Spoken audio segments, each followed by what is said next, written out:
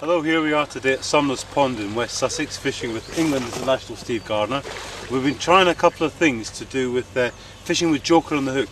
Now Steve, joker on the hook is something not many European anglers have a lot of experience with. How do you rate joker as a hook bait? Oh, very highly. I mean, we use it a lot in England, obviously in the winter time when it's very, very difficult. But I prefer to use it in the winter, and I do bloodworm in most cases.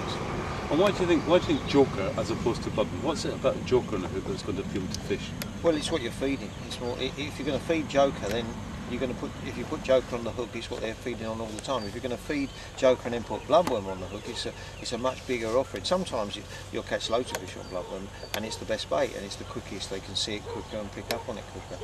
But a lot of times when the fishing is difficult in the winter, joker is the best bait, and you can catch great big bags of fish on it as well. When you say big bags of fish and big fish, I think people struggle to imagine catching a pound plus roach on a single joker. And bigger.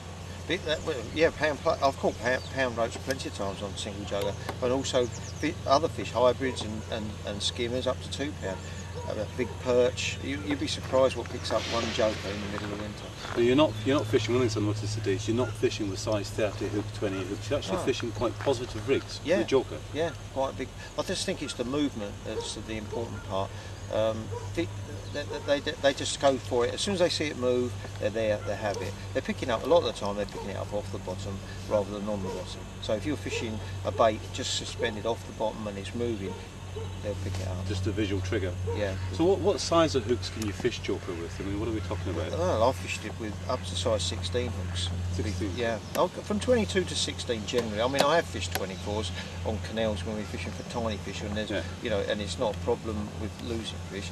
But on an average, I suppose, most of the time I'm fishing 20s and 18s.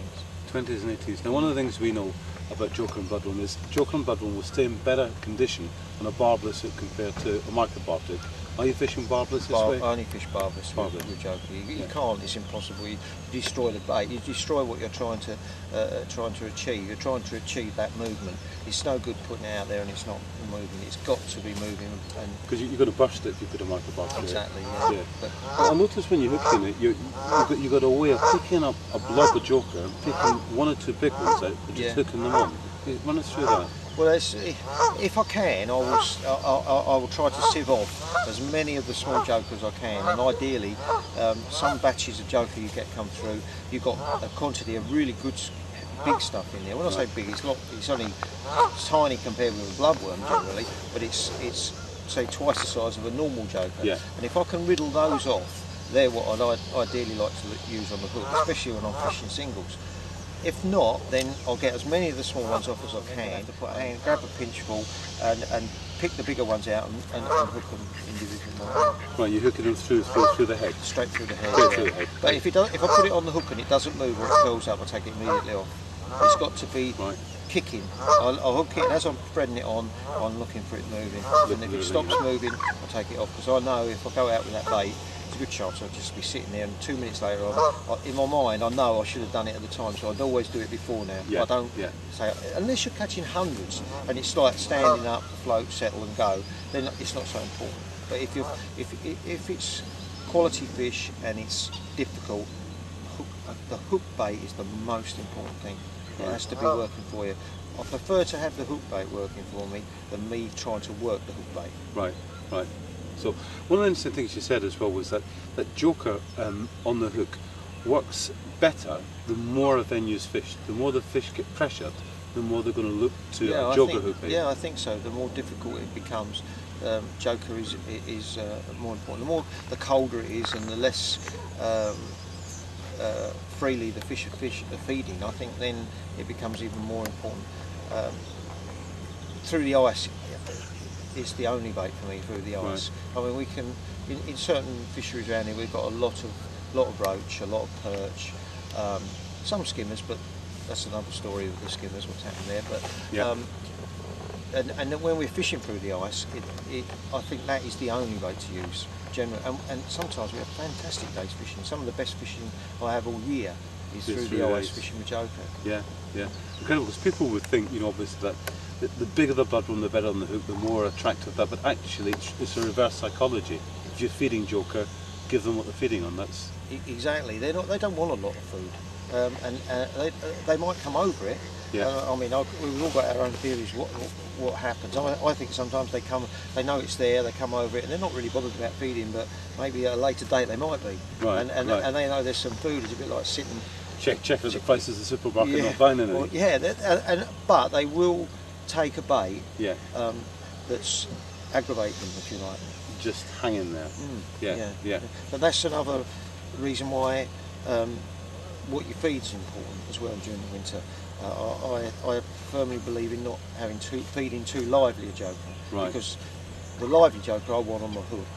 Yeah. That's the one that's going to make The standout them one. snatch. Yeah. Yeah. One of the things I noticed about your floats was actually you're not fishing with that fine a bristle this way.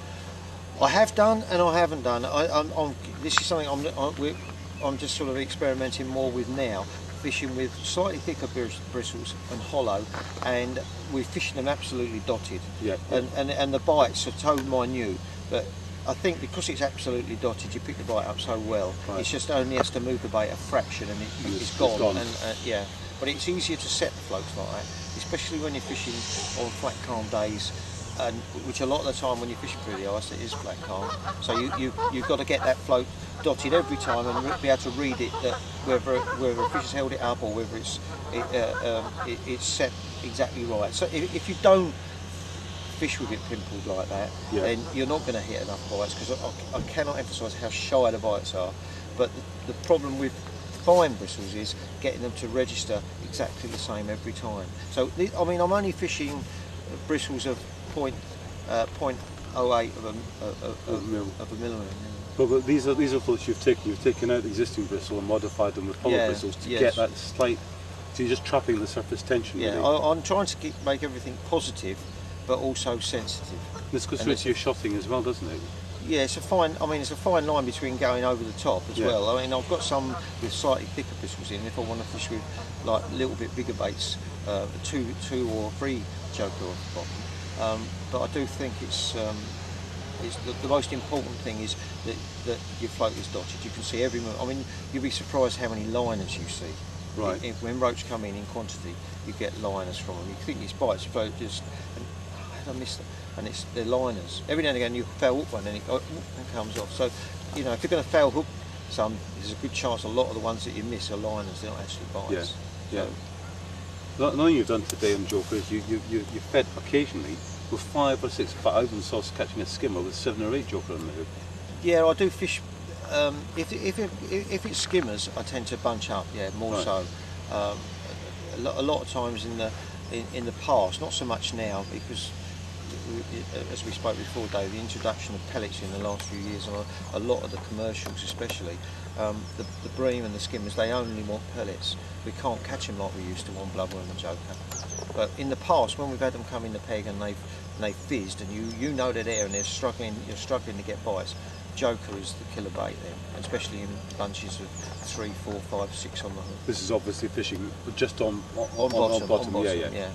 One thing you said about that was if you've got a 3 or 4 or 5 or 6 joker on the hook, it's a little bit like the way the joker itself goes on the bottom. It's sort of grouped together in these small balls. I think they do, and obviously if you're feeding it in double lean like we've done today, then you're creating that ball on the bottom anyway, which the joker's living in, and they're quite tight. If you've got a lot in there, then they're quite tightly packed anyway. So they do, and obviously bream and skimmers being quite heavy feeders, if you like. Yeah. They will take mouthfuls of bait. It's like slightly bigger, more attractive bait. Yes,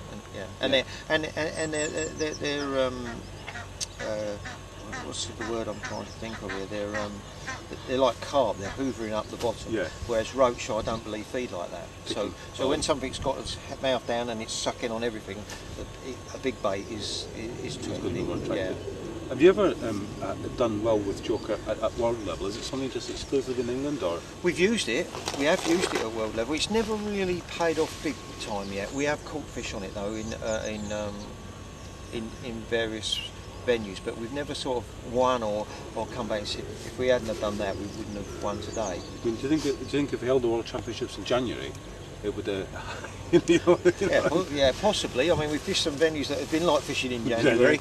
And I think the difference with fishing in World Championship venues is they're not commercial venues, they're natural venues, and they've never had heavy fishing like we've.